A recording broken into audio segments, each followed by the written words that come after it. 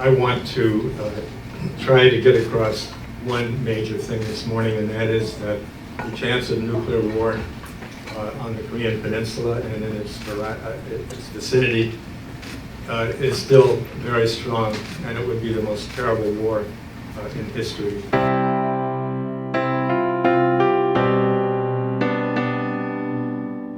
I have to say that the United States government, all presidents, Republicans and Democrats, consistently try to intimidate North Korea by flying nuclear-capable bombers into the Korean theater. Last week, the USS Kentucky, a nuclear sub, was in Korean ports, and the Pentagon always lets us know that these are nuclear-capable weapons or systems. And this has been true since 1951, as I will try to show today.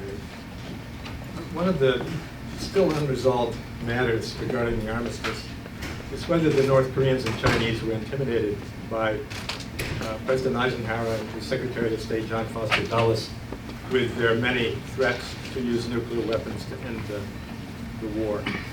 They had a policy of massive retaliation, as it was called, and Eisenhower and Dulles both claimed after the armistice was achieved that it was their nuclear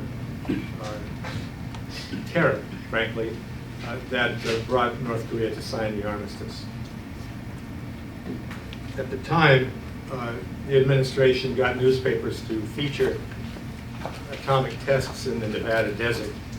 Some of you may have seen the wonderful film Oppenheimer that opened last week in the Nevada desert. Well, announced for the first time that the U.S. had a nuclear cannon.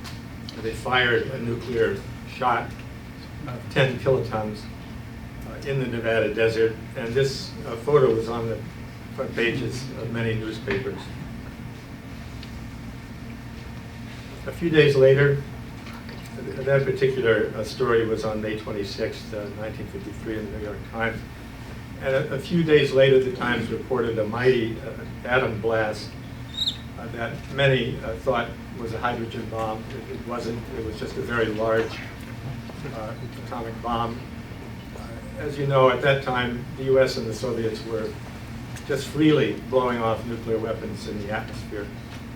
The Soviets, I believe, at one point tested a 50 megaton nuclear weapon in the atmosphere. And the radiation that flowed from these tests is still something that's an issue. I was just listening to NPR the other day where people from Nevada were talking about all the cancers that had appeared in their families. 2 months before all this mayhem in the month of May, and probably the most important factor was the death of Stalin in early March. Stalin, really from the start of the war, as we know from a letter he wrote in 1950, was just happy as he could be that the U.S. was bogged down in a war in Korea that turned out to be unwinnable. The Eisenhower administration also attacked huge dams in North Korea, 5 or 6 of them, in May of 1953, just when you had a rice harvest being planted. These are, in the literature, often called irrigation dams, but in fact they were very large dams along the lines of the Hoover Dam or the great Sueho Dam on the Yalu River, which we also bombed, although we never bombed the Chinese side of that. The Pujan River Dam was an enormous dam. I have some of the data at the bottom of this slide. The U.S. official Air Force history just crowed about these attacks on the dams. 59 Thunderjets hit the containing wall of Toksan on May 13th, just again a few days from the explosion of these weapons in the Nevada desert. It scooped clean 27 miles of river valley and sent water rushing even into Pyongyang, with 70 villages flooded. When you look at the New York Times, a paper of record from that period, you find that they had war news right on the front page, but in 4 different fonts. A larger font, smaller still, and tiny. And the attacks on the dams made the tiny fonts with no commentary whatsoever, no news story. These were war crimes under a 1949 international protocol. There's no question about it. We're not talking about little dams like the Holland dams that the U.S. said would be a war crime when Hitler hit those dams. We're talking about major dams. This is the Toksan Dam having been breached. Here is Kim Il-sung signing the armistice. And this is the American delegation at the signing. Notice there are no South Koreans present. South Korea refused to sign the armistice and still has never signed the armistice. But I wish there had been one South Korean in this picture. That would have been Paek Sun-yup, who was often the sole Korean surrounded by 8 or 10 Americans as the token South Korean part of this delegation. But everything was completely controlled by Americans.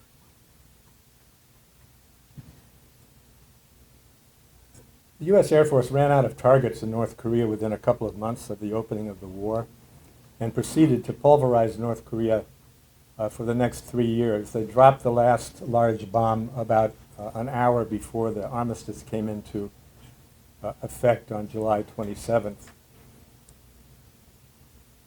I have data on this slide regarding the enormous tonnage of bombs dropped on Korea, a much smaller country than Germany. And of course, napalm was used throughout the war, and military journals at the time talked about it as a wonder weapon that scared the enemy. It is fundamentally another war crime committed by the U.S. in North Korea, and most Americans know nothing about it. They are always surprised to hear that 16 cities were razed to the ground in North Korea. This is from U.S. Air Force official data.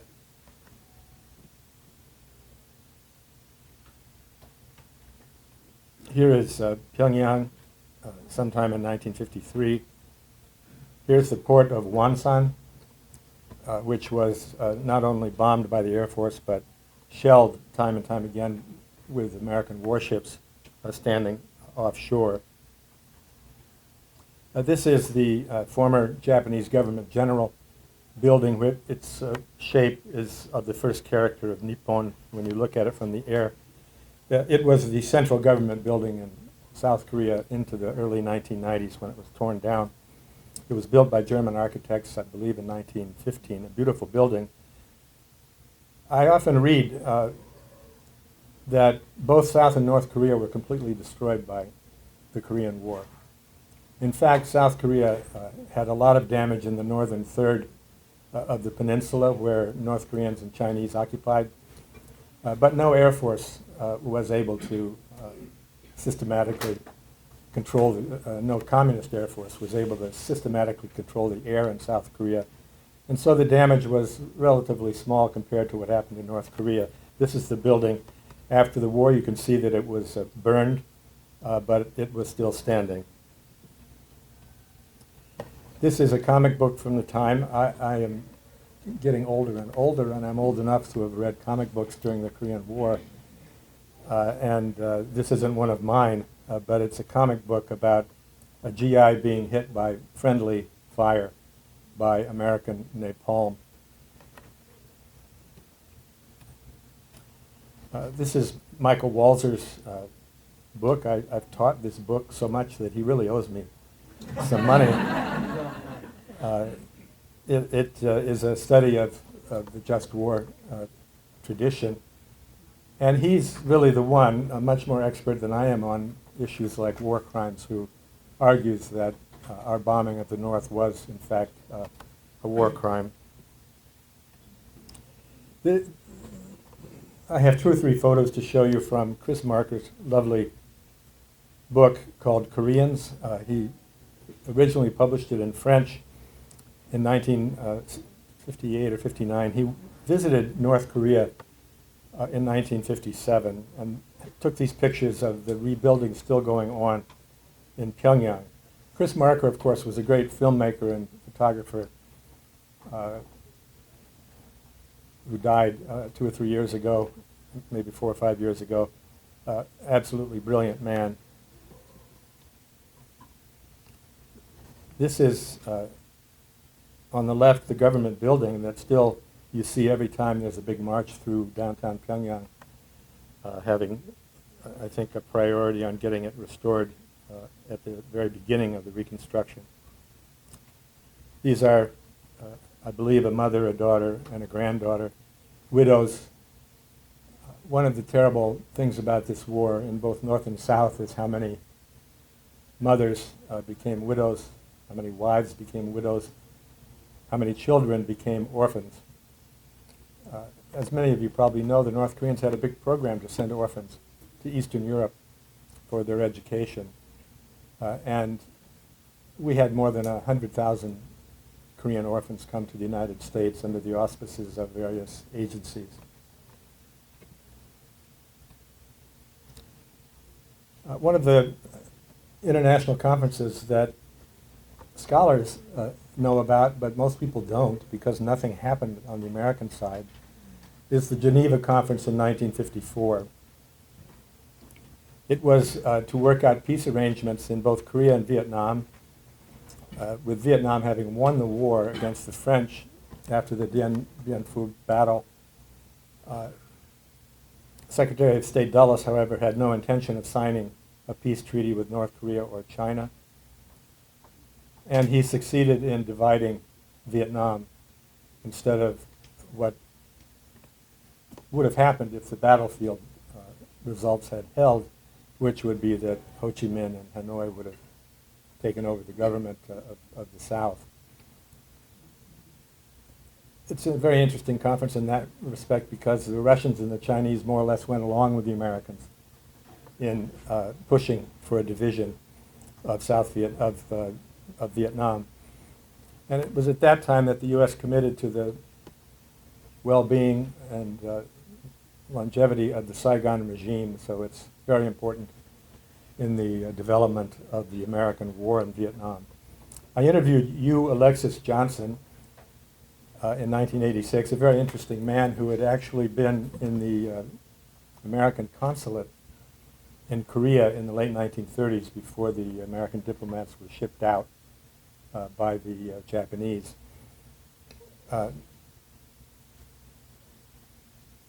Anyway, he told me that they had no intention of doing anything regarding a peace treaty at Geneva. So I asked him, how do you prepare for a conference when you have no hope that negotiations are going to change anything? Well, you make your speeches and you also try to make sure that Foreign Minister Pyun is well established and knows what he's supposed to do. And then he kind of paused and coughed and said, don't let Syngman Rhee sabotage it. So nothing happened, and here we are in 2023.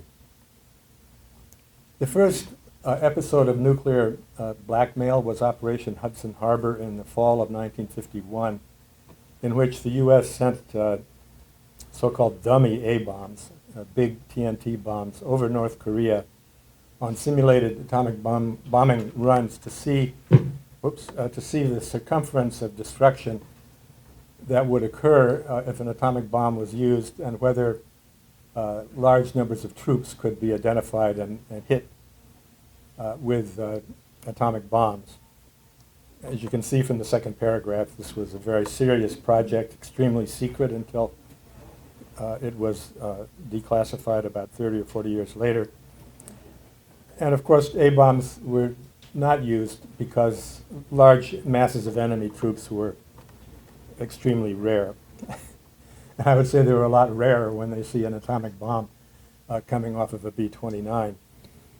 But one can imagine the leaders in Pyongyang observing a lone B-29 simulating the attack lines of Hiroshima and Nagasaki and never knowing whether it was a fake or whether it was real.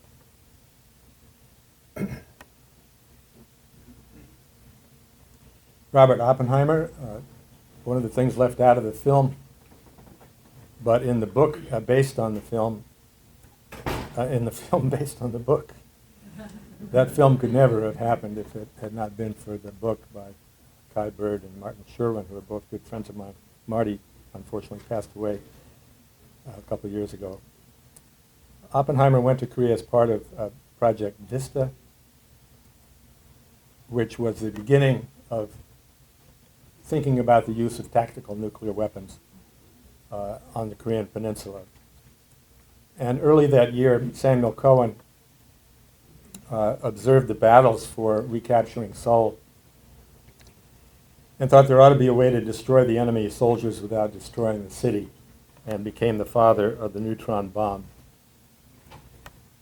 One of the things that I'm always thinking about, and hardly anybody else seems to be thinking about, is that Korea has been a centerpiece of American nuclear diplomacy and nuclear policy going back to 1951.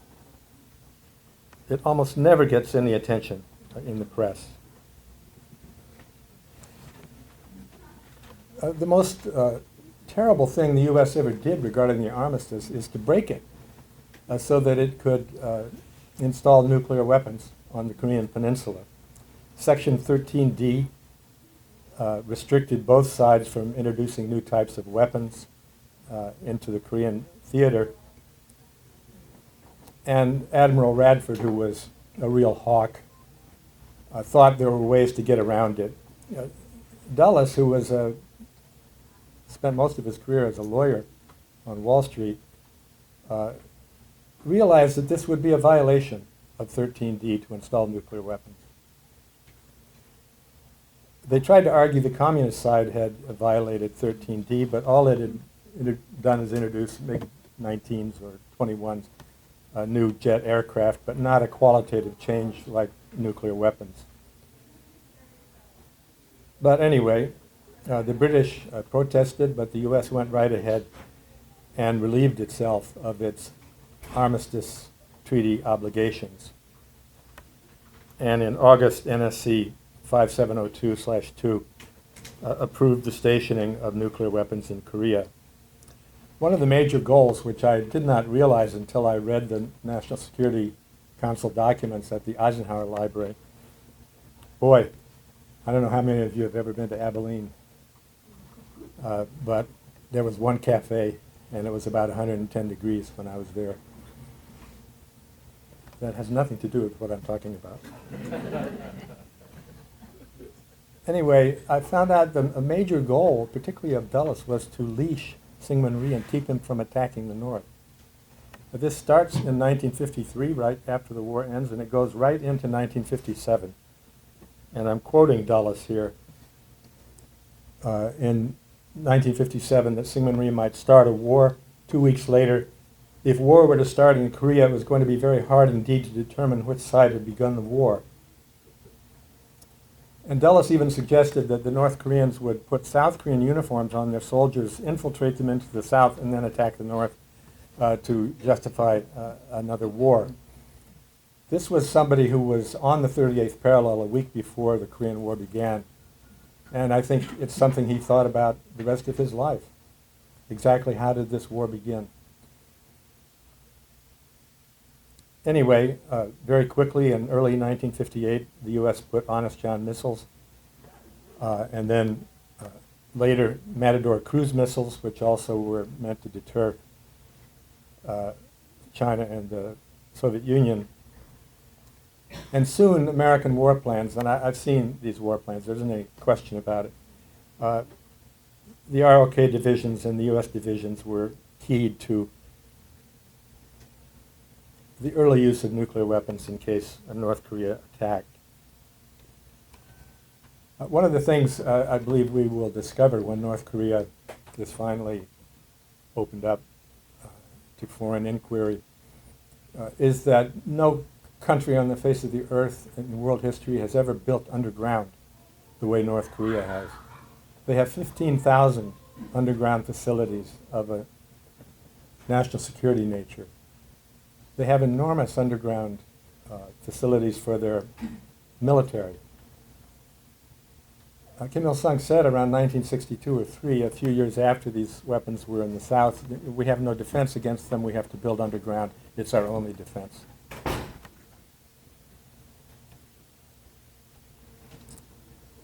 Freeman Dyson, in a great book called Weapons and Hope, Dyson was a physicist at the Institute for Advanced Study at Princeton and a colleague of Oppenheimer. He said the most dangerous nuclear weapons were so-called backpack nukes. They weigh about 60 pounds and yet have the same explosive force as the Hiroshima bomb. One soldier can put this on his back or in a jeep and move it around, which they did in Korea. And there was always a danger that somehow it might fall into the hands of the North Koreans. The American assumption from 1951 to 2006 was that China and the Soviet Union would not go to the threshold of nuclear war to defend North Korea. And North Korea had no nuclear weapons. And so you could do pretty much what you wanted with nuclear weapons, unlike, say, the Central Front in Europe, where the use of nuclear weapons would immediately bring the other side to use nuclear weapons.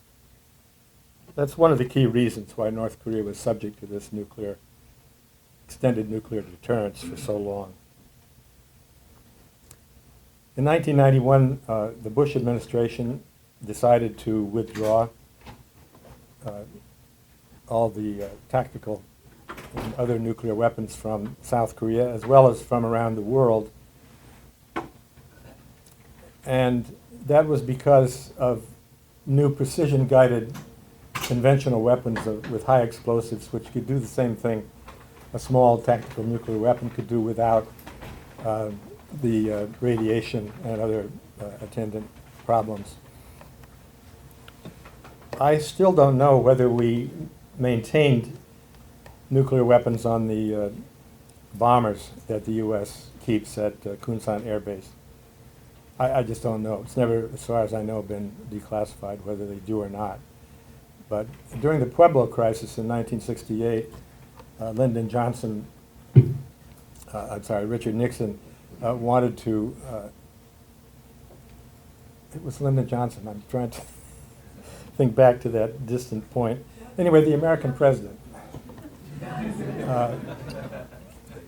he asked about attacking North Korea with our fighters at Kunsan Air Base, bombers, and he was told they all carried nuclear weapons. The last paragraph is very important. The withdrawal doesn't matter. The U.S. has subs and airplanes, fighters and bombers that can be deployed to the Korean theater any day of the week. And all presidents have done this. President Biden just got done with this USS Kentucky. First time in 40 years that a nuclear sub has stopped in Korea. I think what I have to say here is very important. First of all, how easy it is to get into a war and how desperately hard it is to get out. MacArthur said when, on Monday or Tuesday after the war had begun, he was in Tokyo and he said, I can handle this with one hand tied behind my back. A month later, he was saying that the North Korean army was functioning much better than the Japanese army in its infantry tactics. And here we are in 2023. The U.S. refused to recognize the North Korean regime when it came to power, which was not in 1948, but in the interim Central People's Committee in February 1946, when Kim Il-sung became head of that. And in effect, both Kim and Syngman Rhee were the odds-on favorites to lead both governments in 1948, in early 1946, in other words, about 6 months after World War II ended. General Hodge, John R. Hodge, refused to recognize this interim People's Committee, and that began almost 80 years of non-recognition. and sanctions. Sanctions began in 1949, before the Korean War, and North Korea is the most sanctioned country on the face of the earth. And guess what? There's no evidence that they have ever done anything positive as a result of those sanctions. Now, in 1994 and 1998 to 2000, the Clinton administration engaged directly with North Korea, although Jimmy Carter had to intervene in 1994 to stop a war from happening. Clinton had approved a preemptive strike on the North Korean plutonium facility. But the North agreed to freeze that plutonium facility for 8 years. And in the last 2 years of that decade, there was a movement toward ending the armistice and getting a peace agreement, toward four-party talks between North and South Korea, the U.S., and China, which met a number of times, and above all, a deal on basically buying out North Korea's missiles. People have completely forgotten that. Madeleine Albright went to Pyongyang in November of 2000, and Bill Clinton was supposed to follow in December to sign this agreement in Pyongyang. But what everybody does remember is the 2000 election was the most absurd election in American history, where the Supreme Court gave the presidency to George W. Bush, who proceeded to demolish the Clinton Korea policy. Thanks to John Bolton in particular, they broke the 1994 agreement, so North Korea got back all its plutonium, and they refused to go forward with the missile agreement. Now, this is something that I said in the New York Review of Books a few years ago, and a very good scholar wrote in and said, "This is totally unfair to the Bush administration." I don't know how you can be any more unfair to the Bush administration than it deserves, because it not only prolonged the war in Korea and led to North Korea becoming a nuclear power, but it invaded Iraq, and that became a complete and utter disaster. So direct talks with the North at the highest level get things done. That's the history of the 1990s. Hasn't happened since. Barack Obama and George Biden. What was that, a Freudian slip? I don't actually include Joe Biden with George Bush in any sentence that I can think of. I think he's done a good job. But he hasn't done a good job, and neither has Obama or Trump or Biden, in constantly intimidating North Korea with nuclear bombers and refusing to talk directly to them. I mean, this is complete Orwellian double talk that the Biden administration is involved in. So we are ready to have unrestricted, unconditional talks with North Korea at any time about denuclearization. So we're completely stymied. North Korea is a nuclear power. It will always be a nuclear power. And that has to be put to the side so that other things can be accomplished, rather than trying to get them to give up something that none of us would give up. If you're intimidated by nuclear weapons for 70 or 80 years, Deterrence 101 tells you, guess what you need? Your own nuclear weapons. I don't want to excuse the North Koreans. They are author of most of their own problems. But it doesn't matter who would be governing in Pyongyang under this kind of threat. The first thing they would want as soon as possible is a nuclear weapon. Now think about this. The U.S. sent 25,000 troops into South Korea in September 1945, September 9th.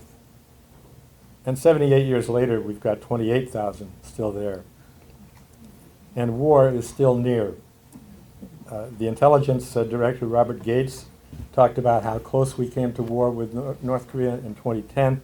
And Leon Panetta, the defense secretary, told CNN that he had been within an inch of war for months with North Korea in 2012. to send troops in to block Kim Il-sung from taking over the peninsula. And that's what the State Department thought. They thought there were thousands of guerrillas that were going to come in from Manchuria and take over Korea if we didn't send our troops in, which was not Roosevelt's policy, but it became Truman's policy. Something that looked small, be there for a few months, bring the troops home. And now we have the grandson of Kim Il-sung with nuclear weapons and ICBMs. It's just a catastrophic policy failure. Chris Marker, you can see what he said there in his book. The book came out in French, and I took 2 years of French, but he's got a lot of abstruse sentences in it, and I never quite understood what was in his book. I could see the photos, but not the text. But in South Korea, his book on North Korea was translated in 1998, a beautiful edition with wonderful photos and in English. So I finally figured out what Chris Marker was trying to say.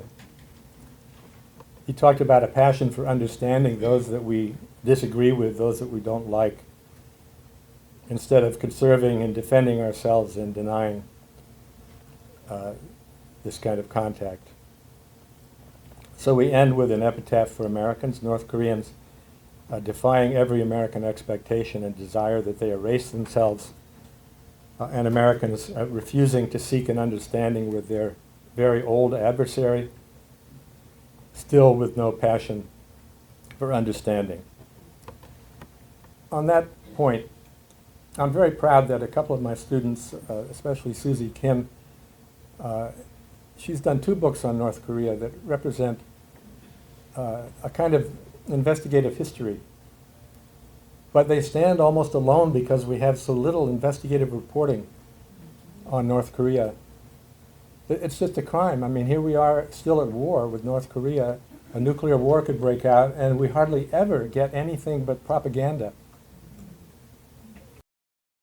The New York Times had a 2-page bunch of photos and some text on the armistice yesterday, and it was all about the North Korean defectors, how they couldn't get a hot shower till they got into South Korea, things like that, that just always pop up and get nowhere when it comes to understanding what is actually happening in North Korea and between North Korea and South Korea and North Korea and the U.S. So no passion for understanding, and we remain in denial about a conflict almost 80 years old and within an inch of breaking out again. Thank you. I'll take your questions now.